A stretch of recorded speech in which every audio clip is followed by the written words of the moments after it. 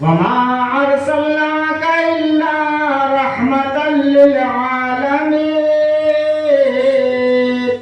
اے محبوب ہم نے آپ کو سارے جہان کے لیے رحمت بنا کر بھیجا۔ سبحان اللہ سبحان اللہ۔ وہ ایسی رحمت ہے۔ حضرات اب اللہ فرما رہا ہے خوشی مناؤ، کس پر؟ میرے فضل پر اور میری رحمت پر۔ اب آپ خوشی منائیں گے تو خرچ ہوگا کہ نہیں ہوگا؟ بے شک ہوگا۔ یہ ہم اپنے نبی کا یوم ولادت مناتے ہیں، یہ جشن عید میلاد النبی ہم نے منعقد کیا، امام صاحب نے کوشش کی اور آپ نے سہیوگ کیا، آپ نے ساتھ دیا اور آج میلاد کی محفل منعقد ہو گئی۔ یہ ہم اپنے آقا کے یوم ولادت پر لائٹیں لگاتے ہیں، الیکٹریشن کرتے ہیں اور گھروں کو روشن کرتے ہیں۔ حضرات محترم، تو یہ جب خوشی مناتے ہیں تو ہمارا خرچ ہوتا ہے، تو اللہ فرما رہا ہے کہ میرے فضل پر اور میری رحمت پر خوب خوشی مناؤ، تو ہم اللہ کے فرمان پہ عمل کرتے ہیں، اس لیے ہم خوشی مناتے ہیں۔ اب خوشی دو طریقے سے منائی جاتی ہے، ایک ناجائز طریقے سے اور ایک جائز طریقے سے۔ جب کسی کی جہاں پر شادی کا پروگرام ہو، شادی کا موقع ہو یا بیٹا یا بیٹی کی پیدائش ہو تو لوگ ڈی جے بجواتے ہیں، ناچ گانا ہوتا ہے، یہ ناجائز طریقہ ہے۔ اور ایک خوشی جائز یہ ہے کہ اللہ نے جب کسی کو کوئی اولاد سے نوازا، بیاہ و شادی سے نوازا، بیاہ و شادی کا موقع ہے، تو ایسے موقع پر جب کوئی محفل میلاد منعقد کرتا ہے تو یہ خوشی اصل خوشی ہے۔ سبحان اللہ سبحان اللہ۔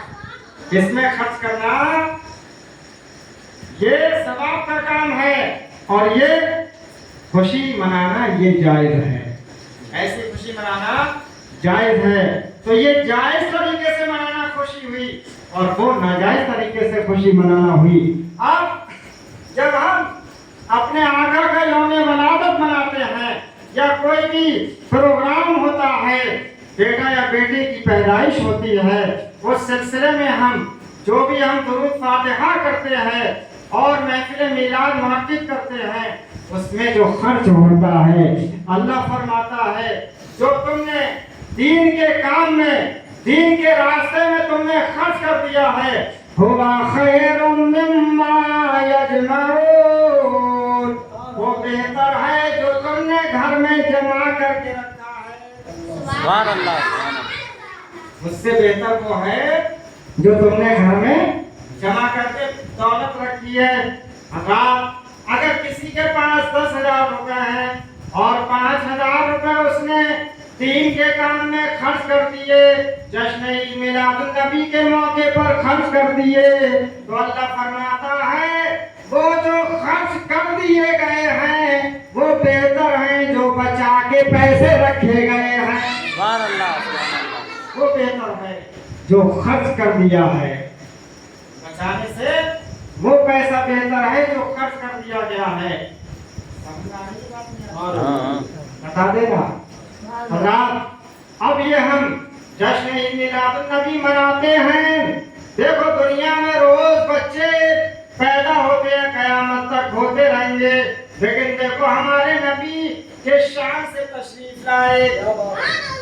جب میرے آقا صلی اللہ علیہ وسلم پیدا ہوئے تو اس وقت حضرت عبد المطلب رضی اللہ تعالیٰ عنہ جو حضور کے دادا جان تھے وہ خانہ کعبہ کا طواف کر رہے تھے۔ کیا کر رہے تھے؟ پیچھے والے نہیں بول رہے ہیں، طواف کر رہے تھے۔ کیا دیکھتے ہیں کہ اچانک خانہ کعبہ جھک گیا، خانہ کعبہ جھک گیا اور پورا کا پورا جھک گیا۔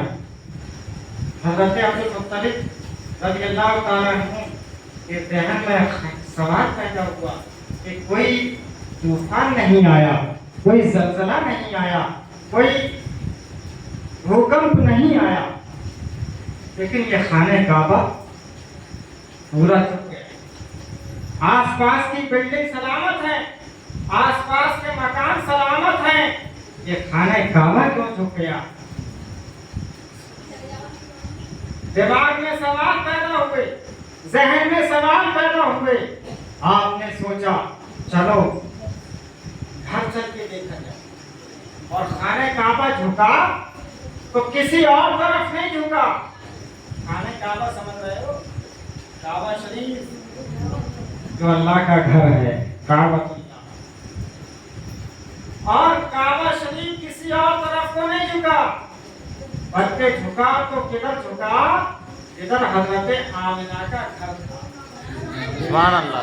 اسی طرف کو جھکا.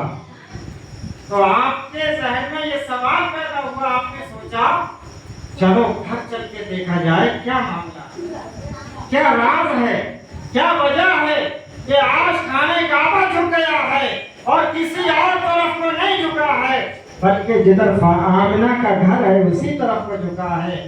جب سبحان اللہ. گھر پہنچے، گھر میں جیسی قدم رکھا تو حضرت آمنہ رضی اللہ تعالیٰ عنہ فرماتی ہیں مبارک ہو پوتا تشریف لایا ہے، سبحان اللہ. سبحان اللہ. پوتا تشریف لایا ہے.